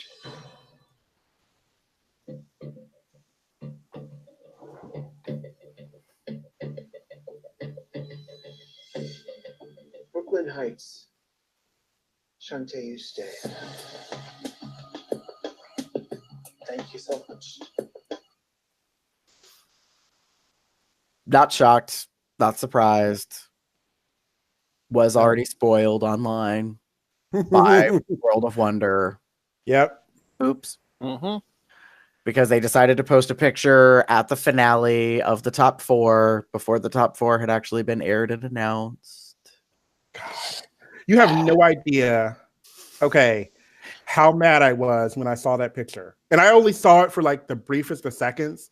But because I know these queens that we've been doing this show for so long, I knew exactly who was in the top 4. And I was just like, damn it. Like, I hope somebody got fired for that. Because it just seems like an intern? Like, seriously? Whoever. I don't care. Like, it just seemed very just odd that not so close, but like, well, yeah, so close to the finale and not actually having a finale. And we now know what's going to happen in a sense. I mean, we don't know, but we know at least the top 4. And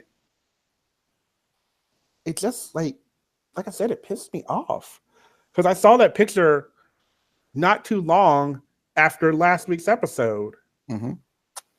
So it's been in my head for a while. Granted, I wasn't 100% sure, but I had a good idea. Like I knew 3 of the 4 queens because based on size. Right.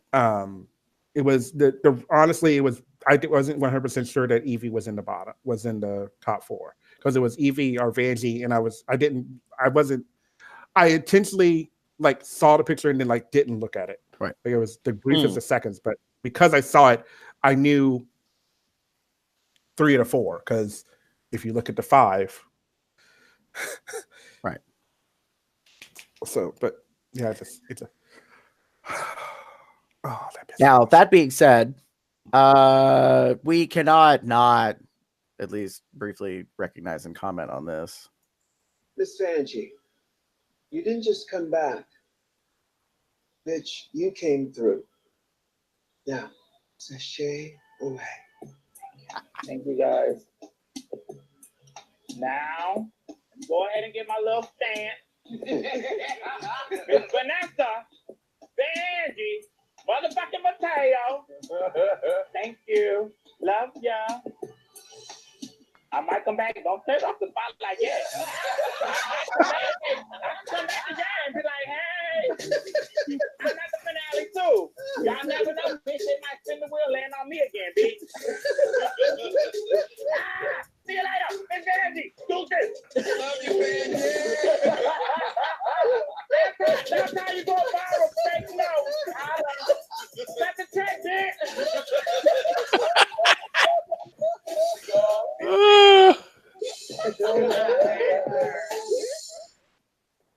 God. So that's a masterclass on exit. Probably one of my favorite exits ever. And my favorite part of it was when Silky says, "Is she gone?" Like, like is the bitch done with this like never exiting, never leaving routine? I thought it was quite funny. I actually really enjoyed it. Honestly, it cracked me up. But I was so tickled pink that she like left. They turned the spot off. She came back on and was like, "Hold up!" Like I ain't done yet. Like made a whole thing out of it, and then came back the second time came back for the third, and like basically was like, "And that is how you go viral." Cut the check. Mm-hmm. It was like, and I'm sure we're gonna see her on All Stars. Like she's gonna be the new Shangela. Oh God, no. Sorry, but actually, no. I mean, I don't not disagree. I think it's just like I don't think we need another Shangela, but I think what we'll get is a queen that won't go away. Not that I love Vanjie to death, and seeing her this season, definitely we got a lot more of her. Mm-hmm. But on that same token, it just seemed very like, okay, we're good now. Had she done really, really well and made it to the end, I might be more like, oh yay, go Vanjie. But not so much now. Yeah. Her mistake was in what she brought. She didn't bring enough variety. True.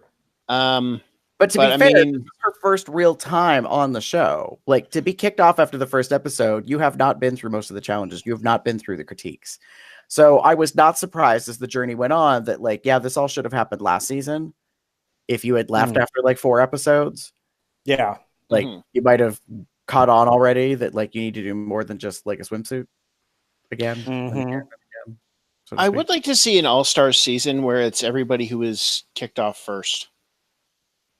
We've talked about that. So John Pauly said in the RuPaul, the official RuPaul podcast, he had Kennedy Davenport on as the guest, as a previous queen from a different season. And he actually said he wants an all Davenport season. Oh, Like girl. all the Davenport family girls, like as competitors, which I thought was funny and like actually slightly intriguing. Oh no. With preferably a lovely ode to Savannah. Well, yes. So Of course. yeah, with special guest Manila Luzon. something of that sort. All right, you ready to move on to snaps and eye rolls? Yes. Okay. Put the bass in your walk.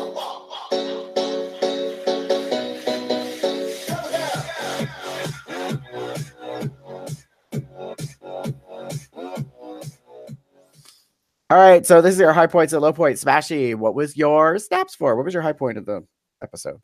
Well, my high point for the episode is the same as my high points for the season. And my snaps have all got to go to Akira Davenport because she has the absolute best fucking confessionals on this season. Like, whenever I hear her, I'm like, ooh, this is going to be good.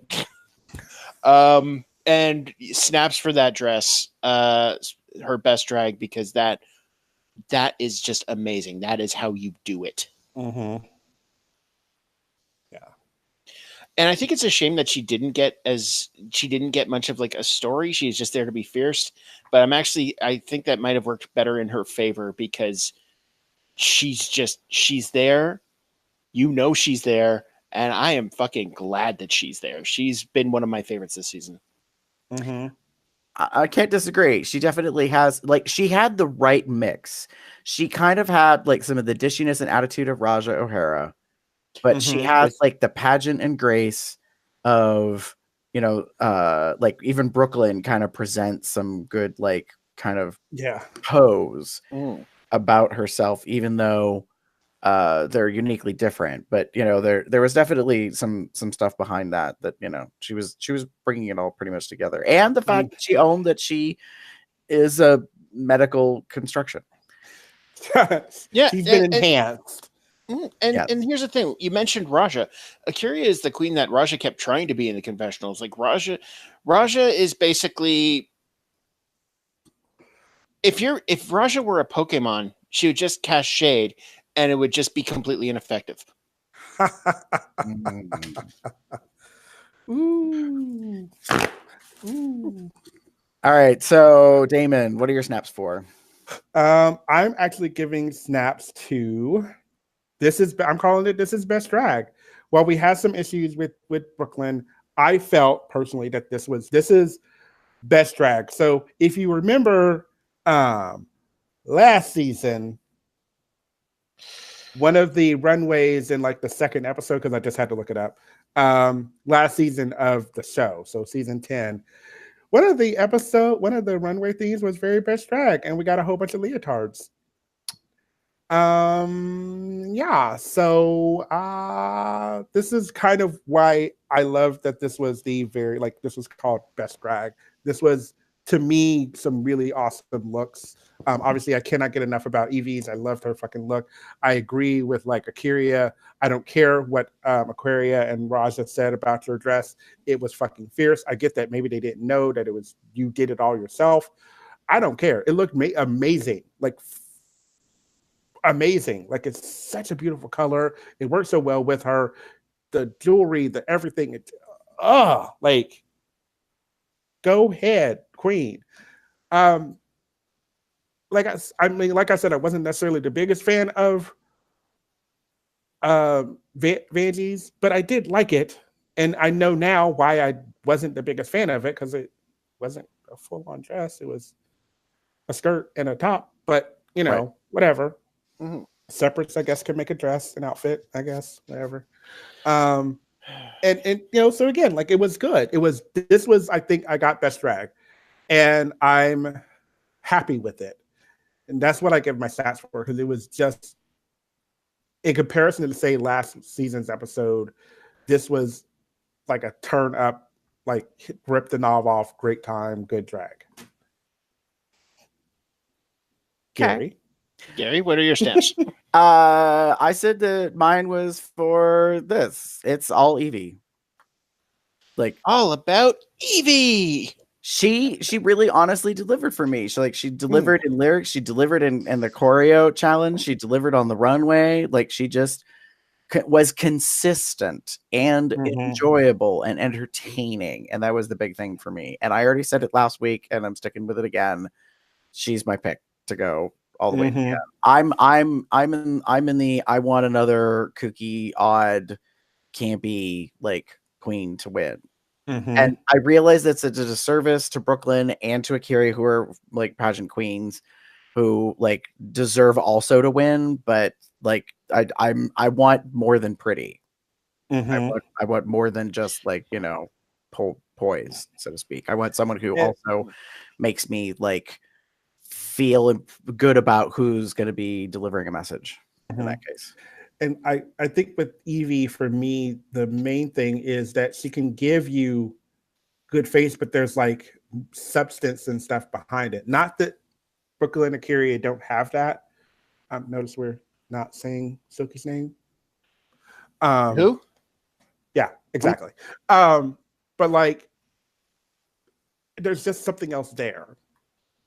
Like the it factor. Like that's what I'm kind of like when I think about like America's Next Trash Superdog. That's kind of what I think about. That's what I want, like someone who gives me something more than just that, like just the look or just the camp or just the like if Evie were just like quirky and campy, maybe not the biggest. I may not have been the biggest fan of her. But one of the things I've loved the most about Evie and her story arc this season is that she kept it real. She keeps it real. She's honest when she needs to be honest. She's, even if that means potentially hurting other people.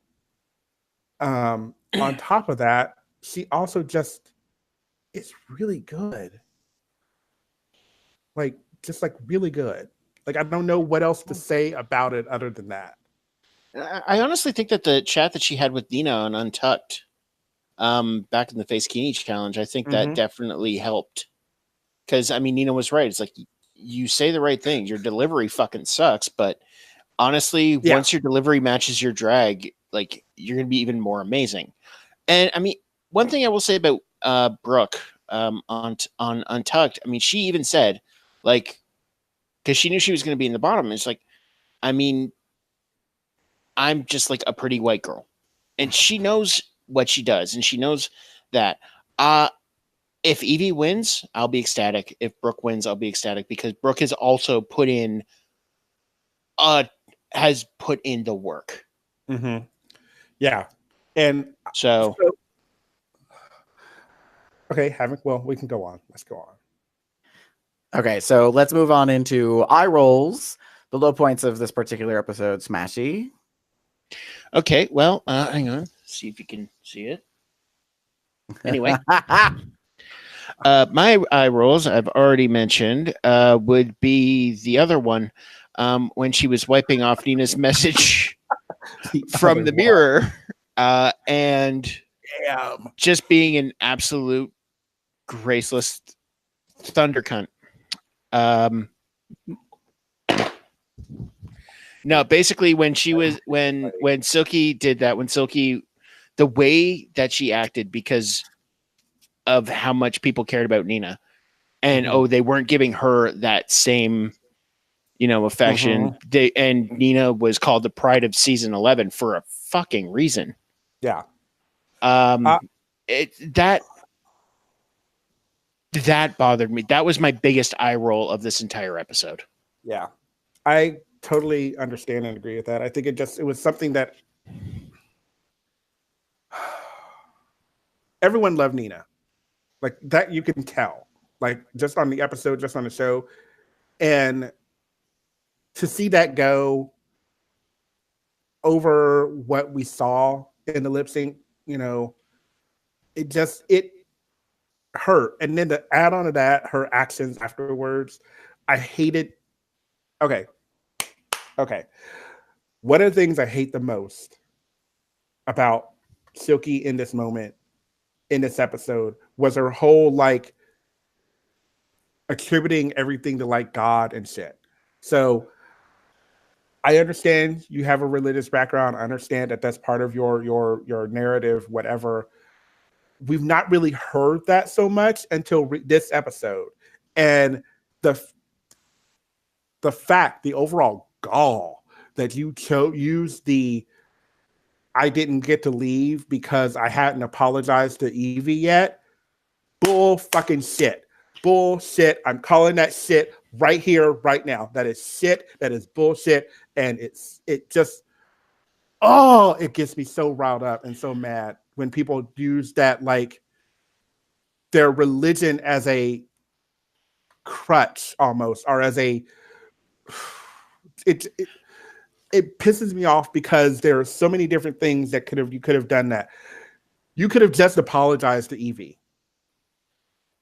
Didn't have to bring in the whole, like, sorry, you didn't have to bring in the whole, you weren't done in the challenge, in the competition yet, because God had, you needed to forgive Evie. We didn't need to do any of that shit.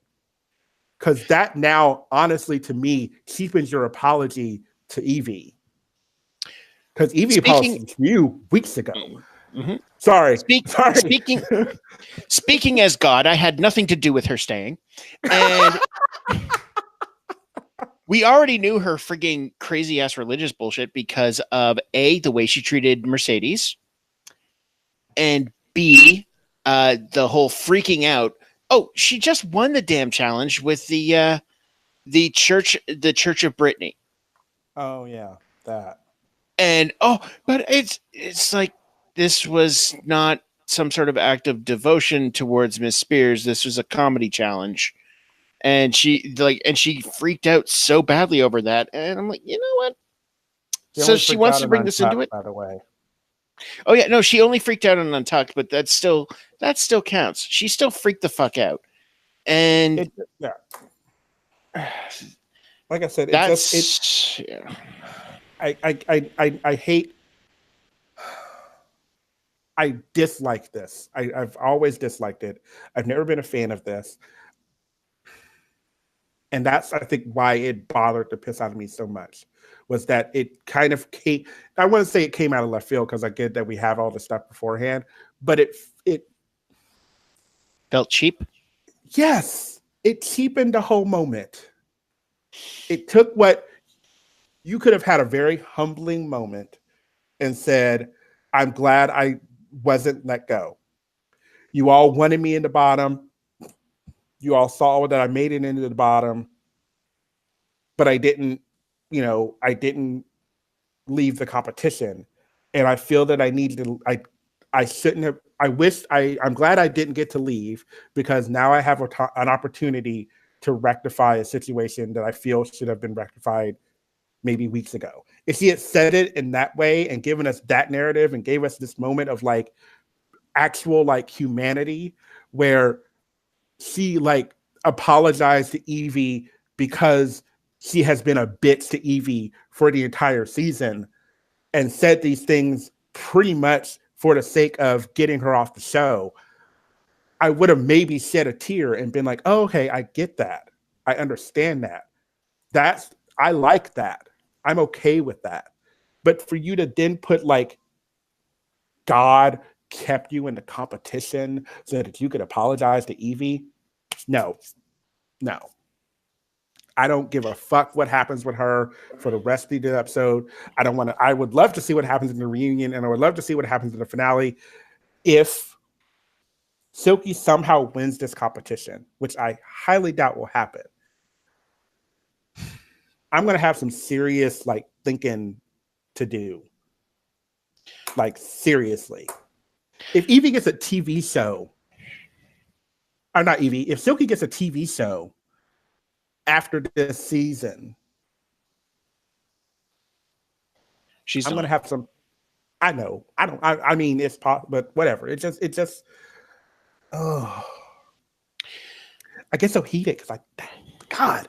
Oh no, I totally get it. I absolutely hate it when people attribute, all of these things to, oh, God did it, and not any of the people who could have been responsible for something. God didn't save your life in the hospital. Doctors did. It's like, sorry. Go ahead. Sorry. No. Oh wait, is it my turn? I think we were on your eye roll. Are we on your eye? Where are we? We're on my eye roll. And I think I'll just put it like this. My eye roll is actually to the top 4. I getting on the Silky train yet again. I don't think she should be here. No. She should have been gone a long time ago. I think she shouldn't have made it this far. We were, again, being given this narrative, which we have in the past. We had it with Eureka, of a queen returning and potentially going all the way. At this moment, we could have had that happen, and we didn't. And for some reason, somehow, Silky kind of pulled this, not win per se, but pulled this out. I don't get it. I don't understand it, but whatever. Okay. Having said that, best of luck to the rest of the competitors. I don't give a fuck what happens with Silky. Like, what I would love to have happen, and this is just me, is that we do get the Silky Evie, like that's the first round of because we all know what's going to happen. They're going to have the wheel. They're going to do the whole finale thing. Master Hand comes out. Yeah. And here we go. It's maybe it's Silky that somehow wins the gets to do the spin. There is no way in hell that they're going to have it land on anyone else other than Evie. Yeah, pretty much. It's incredibly visible hand. Yep. And if that happens, I mean, I will see Evie going. I will see Silky going. I could just see it. Mm-hmm. So, Gary, as I ranted and raved for quite a while. Gary, are you there? Are you frozen? Okay, yeah, I'm here. I'm just y'all are going on and on and on about that, and I'm like, that's not the thing that I gave the biggest eye rolls to this season. What is it? This episode. This is some motherfucking bullshit. This right here. Everyone take a good look. If you're watching the video, this made me so God blessed mad. I was screaming at the TV when I watched it on Untucked. You mean to tell me, Brooklyn Heights, you ain't got no antiperspirant anywhere in your drag shit? Seriously. Seriously, I am getting tired of seeing these fucking pit stains on these outfits that these queens wear. She came out, put her arms up, and I was like, oh, wait, I got one of these. Ooh, no, she better know. Seriously. It's called antiperspirant for a reason, bitch. Slather that shit on. Use some preparation H, anything to like prevent that from happening, because it completely distracts from the illusion of what I'm trying to watch. Annoyed the living fuck out of me. Biggest eye rolls ever. Will not forgive. And if you didn't know by episode 12 that you could ask the staff of the show, the production staff, get a PA to go run to the motherfucking Walgreens, CVS, Walmart, corner store, something to get you a goddamn stick of Guard, like Old Spice, anything. Axe, not body spray, actual antiperspirant. Put that shit on your arms, put it on your lower back. God.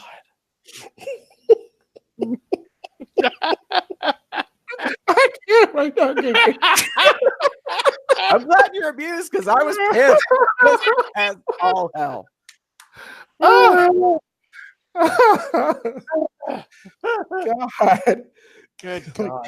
Go to Rite Aid. Tell them to get you some stick, some speed stick, some degree, some secret, some shit. Come on.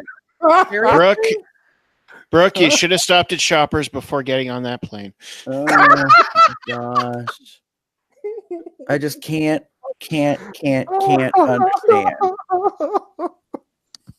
I want to see the footage of you backstage with a fan, like an electric fan, a hair dryer, something blowing your pits, trying to cover that up to like make that go away. Obviously, Come on, get off me.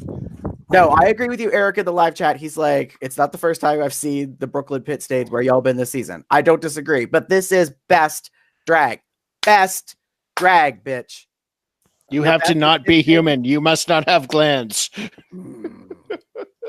It's a distraction. Come on. A pit stain to me is no different than like, a stain on your underwear. Like it happens to people, but when you're on an international stage in front of a camera, the last thing I want to see is stuff like this.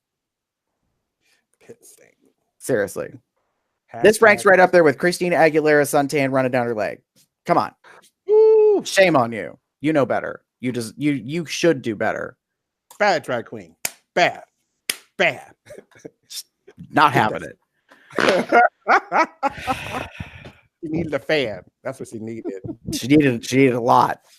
Oh. That being said, so we're moving on. So we know who the top 4 are. So we have Akira, the big surprise. Brooklyn, not surprised. Silky, seems very manipulated to have been happening. And no shit. So we will see what happens in the finale. But before we get to that, next week is going to be the reunion. So supposedly it's going to get spicy. Apparently people got things to say. Some people got like statements to make. I expect it to mostly come from the first half of the queens that left. Like because they didn't get enough camera time or have much camera time. So that'll be a thing. I'm very curious to hear like why Raja didn't come back with the top 6. I'm not. She could have stayed home. I mean, I was not a fan of Raja. Come on. I'm really glad. What's wrong with the drag Urkel? Come on. I mean, seriously. You just answered your own question. I'm really glad that between, Raja and Honey, it was Honey who came back because I loved Honey. Well, to be fair, I mean, she was delivering the dick magnet of a beard on her face. So that is true. There's that. Yeah. But Honey is not the one who I think should have went home on that gigantic 6-person lip sync. So. Oh. Yeah. What is that I see? Oh, it is the shade tree. Yeah. Yeah, that's the thing. So there's that. So we'll see what happens, in the finale. This is what I would like to see happen. I would like to see Silky be in the very first of the 2 paired up lip syncs. I want to see her go home. Like, just get it out of the way. Let's move on to whatever it is. If it's this is totally me like playing crapshoot, like what if stuff. If it's Akira versus Brooklyn,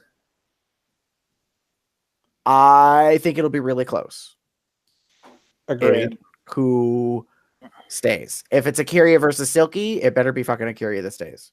That's all I gotta say about that. If it's Akira versus Evie, I could see Akira winning, but I would prefer Evie winning in that head-to-head. Yeah. But it's difficult to say. I think Brooklyn versus Evie would be very interesting. Well, we've already seen it before. Yeah, so what would happen to see it again a year after everything has been taped? True. Yeah. True. So, And maybe that's the top 2 we should really hope happens. I have stayed away from any spoilery type stuff. I haven't seen anything about what actually happens at the finale. So good. Same here. Hopefully, I'm my best not to. Nothing else comes out of that, but we'll see. I'm lucky my Twitter now is full of porn as opposed to like Drag Race shit. Because yay, that's a good. I mean, my Twitter feed is always like porn, drag queens, and furries. So, and politics. It's a good mix. That's life. It's what Twitter is for. Right. Well, and so, we'll see how it plays out. I love the fact that I heard in the John Pauly official RuPaul podcast that Vanjie is actually going to be at the live reveal of the winner. She's actually going to be with the top 4. She said that she wanted to be there. I think it's going to be I think the actual reveal is going to be in San Francisco, which I find interesting because the reveal for All Stars was in the Abbey in LA. So I don't know what all happened with that, but it's apparently it's a new location, something. But I'll be curious to see how it comes out. Well, I wonder what's going to happen in Toronto then, because Brooklyn's been hosting Drag Race over at I think Woody's since for this whole season. She was contracted to. Well, Nina was working a lot at Axis at her home place in Columbus, but she also was traveling quite a bit.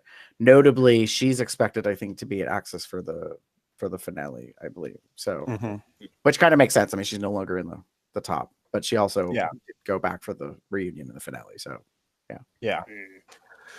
Also, yes, I agree, Eric. I hope it is also not an hour of everyone making cis jokes. I think we've gotten enough of that. Nah, I'm okay with it. If it happens during the reunion, get it out of our system. Let's just put season 11 to rest. Let's move on, get through the reunion, get the finale, crown a queen, pray it's a 75% chance, one of 3 that we want versus the one that we don't. And I don't really like saying that, but I'm just over it. This is the crazy thing to me is that Silky, because of personality, made it all the way to the top 4.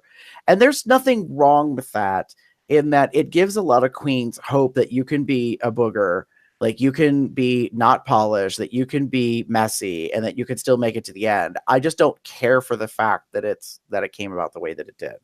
Yeah. Because the reality is, based on show history, she would have been gone halfway through the season if she'd made it into the bottom at any point previous. It's not even so much that her drag was a mess, though it was. It was that she was presented as a mess of a person. And that was the worst part. Yeah. And it just kept getting excused again and again and again. I have no real ill will towards her. I hope she has a decent life. I hope people stop sending her death threats, because it's just fucking drag, people. But at the same time, it's not, she has just consistently caused a bunch of eye rolls, at least her performance on television. And I know a good part of that is also the editing. So, but at the same time, what the editing shows is behavior of somebody who I just can't cheer for. I really wanted to, too. She was really cool for the first 15 minutes of episode 1. Yeah. Maybe. So, yeah, that's the thing. Well, that's it. Yeah. All right. So if you want to tell us what your thoughts are about anything, there's lots of ways to do it. You can go to our blog. So you can go to cubsoutloud.com, leave a comment on a post. You can email us at cubsoutloud@gmail.com. You can leave us a voicemail at 361 COL Talk. That's 361-265-8255. You can go on to social media. You can go to Instagram, which, by the way, just got super caught up after being delayed by a month. Oops.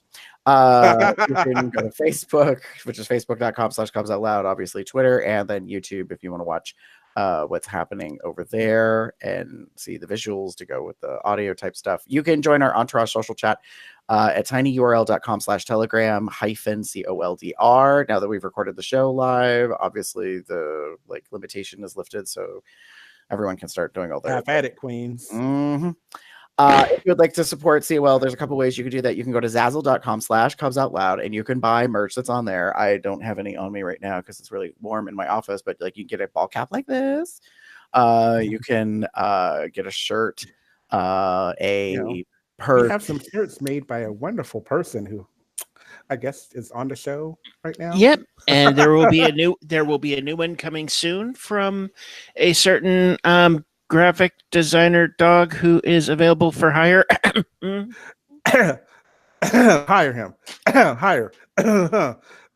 So for those of you that don't know, some of the designs of the shirts that we've had made are made by the one and only Smashy, who joined us today as a guest. So that's pretty awesome. So if you really loved the Sloppy Bottom 23 shirt, or the Consent is My Foreplay shirt.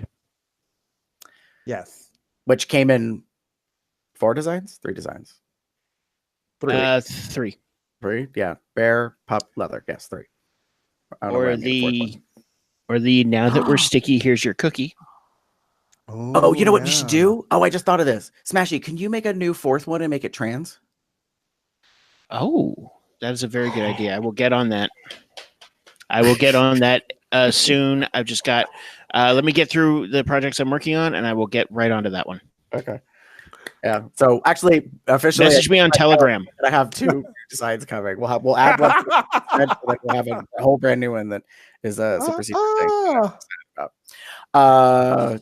Yeah, so that's that. And then if you want to, on patreon.com/cubsoutloud, for as little as $1 a month, you can get rewards with things with us. We're actually looking to update all of our reward stuff probably because it's been over a year. And thank you to all our patrons because you gave us the money for Jeff to be able to afford the domain hosting and all that kind of stuff for 2 more years. So yay, that part's taken care of. Now we just want to save money to fix things like Jeff's computer and yay.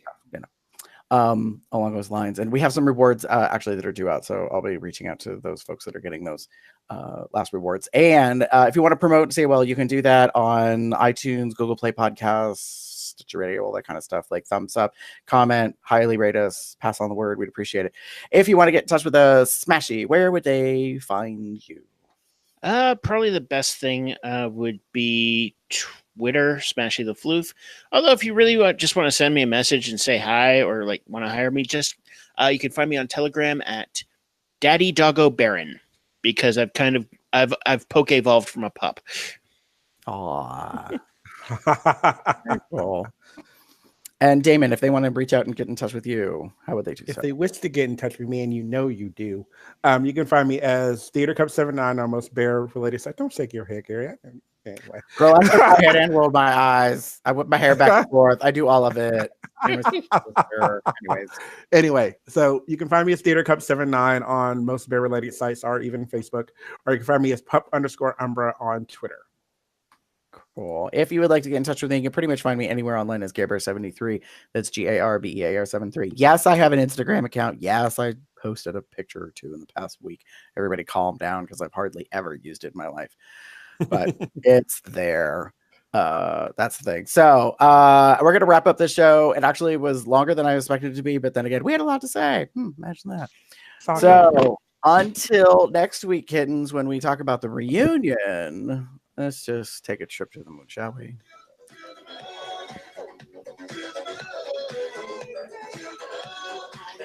Take me.